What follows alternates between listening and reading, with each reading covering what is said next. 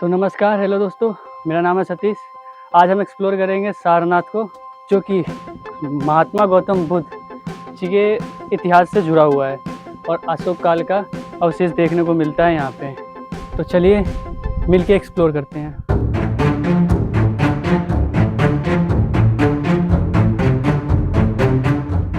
तो दोस्तों, आपने पिछली वाली वीडियो में देखा था कि मैं काशी विश्वनाथ जी का दर्शन किया था। उससे पहले वाले में देखा था श्री रामलला जी का दर्शन किया था। आज मैं जाने वाला हूँ सारनाथ। ये इतिहास की बहुत ही महत्वपूर्ण धरती है सारनाथ, जहाँ पे महात्मा गौतम बुद्ध जी ने अपने 5 शिष्यों को ज्ञान दिया था। मैं भी सारनाथ पहुँच गया। सारनाथ पहुँचने के बाद सबसे पहले मैं कराता हूँ टिकट म्यूजियम का और स्तूपा देखने का। इस स्तूपा के करीब जैसे ही मैं जाता हूँ, वहाँ पे इस जगह को देख के मेरा मन मोहित हो जाता है और बहुत ही गजब, क्या प्यारा सा लगता है लुक यहाँ का नज़ारा। आप भी देखो। तो मैं एंट्री कर चुका हूँ। अभी मैं जिस जगह पे हूँ, यहाँ पे पहले अशोका पिलर था, जिसमें 4 शेर वाला जो स्तंभ है, अशोका स्तंभ, इसको अभी नीचे से साइड करके म्यूजियम में रख दिया गया है, उसको संरक्षण के लिए। यह स्थान बौद्धावलंबियों के लिए बहुत ही महत्वपूर्ण माना जाता है, क्योंकि यहाँ पे महात्मा गौतम बुद्ध जी ने अपना पहला उपदेश 5 अपने शिष्यों को दिए थे यहाँ पे। तो अशोका जी ने ये स्तंभ बनवाया था जब उन्होंने कलिंगा युद्ध के बाद अपने आप बौद्ध धर्म को अपनाया था, अहिंसा के मार्ग पे चलना चालू कर दिए थे। यहाँ पे आया तो ये जब छोटा सा था, फिर उन्होंने बाद में इसे बड़ा बनवाया है अशोका जी ने। तो दोस्तों, यहाँ सारनाथ में बहुत सारे ऐसे ऐतिहासिक चीज़ें हैं जो कि महात्मा गौतम बुद्ध जी से जुड़े हुए हैं। तो हम सबसे पहले धम्मक स्तूप से स्टार्ट करेंगे एक्सप्लोर करना। तो ये है धम्मक स्तूपा। इसमें 2 फेज़ में बनाया गया है। आप देखेंगे इसको तो नीचे है पत्थरों वाली, फिर उसके ऊपर ईंटों से चुन बनाया गया है। यह धम्मक स्तूप, इसका ऊपर वाला पार्ट है ईंटों से बना है, नीचे पत्थर से। आपको धम्मक स्तूप करीब से दिखाते हैं। देखिए, ये नीचे वाला पार्ट है, इसके ऊपर है बहुत ऊंचा। इसके अंदर जाने का कोई रास्ता नहीं है, ना दरवाज़ा है ना खिड़की है, सिर्फ स्तूपा है। ये कुछ तस्वीरें हैं जो खुदाई के वक्त खींचा गया था। आप इन्हें देख सकते हैं। यहाँ पर भी ये जो मूर्तियाँ है, ये जो अशोका स्तंभ है, इसको अभी म्यूजियम में रखा गया है संभाल के। दोस्तों, यहाँ पे कई सारे अवशेष है जो आपको देखने को मिलेगा, जो पुराने ज़माने में जो स्ट्रक्चर हुआ करते थे, इन सब जगहों पे कई सारे स्तूप थे। और यहाँ जो मेन चीज़ है वो जो धम्मक स्तूप, यहाँ जो मेन है वो है धम्मक स्तूप। यहीं से बौद्ध धर्म का प्रचार का फैला हुआ है। अब देख सकते हो ईंटें से बनाए गए हैं काफ़ी सारे। तो ये पुराने समय की ईंटें हैं, देखो बहुत मजबूत है। यहाँ पे जो अवशेष देख रहे हैं, यहाँ पे बहुत सारे स्तूपा रहे होंगे, स्तूपा और बहुत सारी पुरानी ज़माने की स्तूपा वगैरह थी, अशोका टाइम के सब चीज़ें थी। अभी फ़िलहाल कुछ अवशेष ही बचे हैं जिन्हें हम देखने को आते हैं यहाँ पे। ये जो स्थान है, जो बौद्धावलंबियों हैं, बौद्धिस्टों के लिए बहुत ही महत्वपूर्ण जगह है।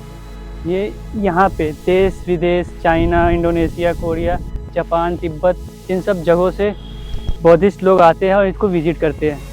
मोस्टली बुद्ध पूर्णिमा के दिन ज़्यादातर लोग खासकर यहाँ आते हैं, क्योंकि वो जो बौद्धावलंबी हैं उनके लिए बहुत ही महत्वपूर्ण हो जाता है ये दिन, क्योंकि उस दिन गौतम बुद्ध जी का जन्मदिन है।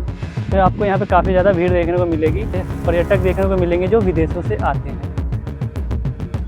तो चलिए आपको और भी चीज़ें दिखाते हैं।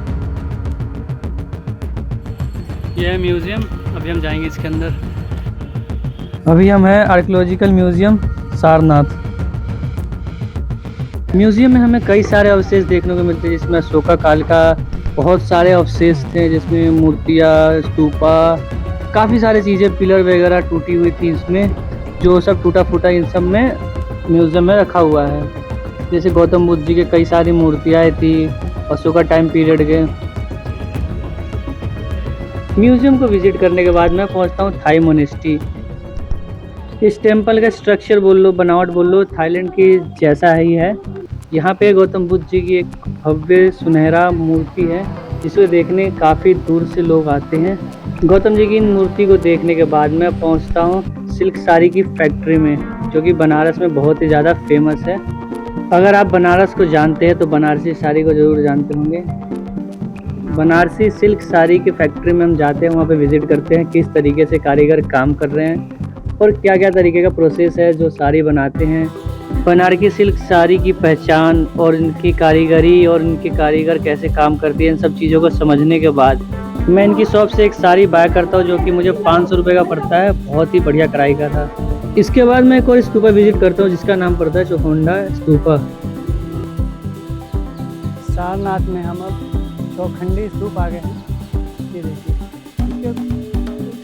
इस स्तूपा का ऐसा नाम इसलिए पड़ा है क्योंकि नीचे के साइड जो है 4 कोने में है, फिर उसके बाद पूरा छोटा कर करके फिर ऊपर एक स्तूपा जैसा बना दिया गया है। तो ये काफ़ी ज़्यादा अट्रैक्टिव लगता है।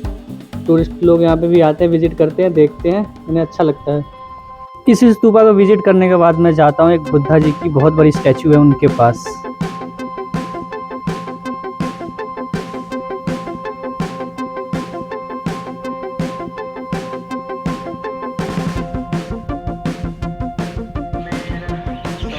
ये वाला स्टैचू 80 फीट 8 इंच का है।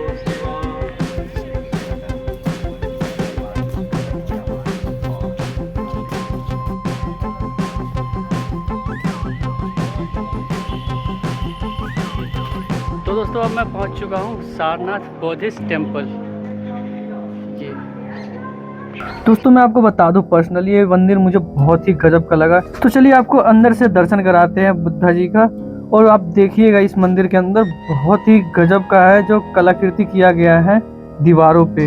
इन दीवारों पे जो पेंटिंग किया गया है ये बुद्धा जी के जीवनी को दर्शाता है। उनके जीवन में जो जो कथाएं आई हैं, स्टोरियाज हमने सुनी है उनकी, वो सारी इन पेंटिंग में दिखाया गया है। तो चलिए आपको मैं बाहर से दिखाता हूँ कैसा स्ट्रक्चर है। मुझे तो काफ़ी ज़्यादा प्यारा लगा और यूनिक लगा इनका स्ट्रक्चर।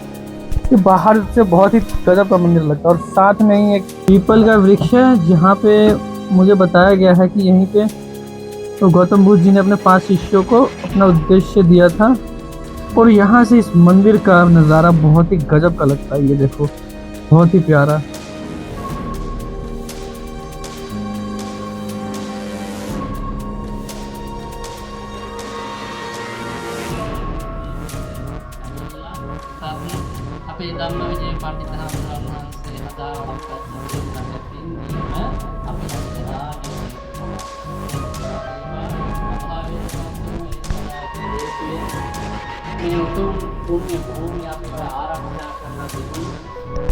आप जब इन मंदिर के रोड के साइड आप गुजरेंगे तो आपको एक ऐसा कलाकृति देखने को मिलेगा जिसमें 3D पेंटिंग बनाया गया। और ये जो गौतम बुद्ध जी के जीवनी में जो भी स्टोरीज हमने सुनी है उन सबको इसमें भी दिखाया गया, दर्शाया गया है। फिर उसके बाद हम आते हैं चाइनीज़ टेम्पल में, चाइनीज़ मोनेस्ट्री।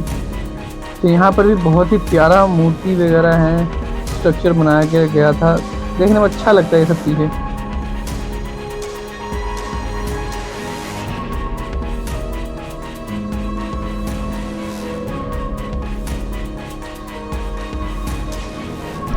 दोस्तों मैंने सारनाथ रेलवे स्टेशन पे देखा एक साधु बाबा जी थे, वो ट्रेन के नीचे से जा रहे थे। ऐसा करना बिल्कुल गलत है, तो कृपया करके इन सब चीज़ों से बचें। तो दोस्तों मैं उम्मीद कर सकता हूँ अगर आप लोगों ने यहाँ तक मेरा वीडियो देखा तो आपको पसंद आया होगा। तो मैं अब सारनाथ के बाद जाता हूँ अपने शहर मोतिहारी, यहीं से ट्रेन लेके।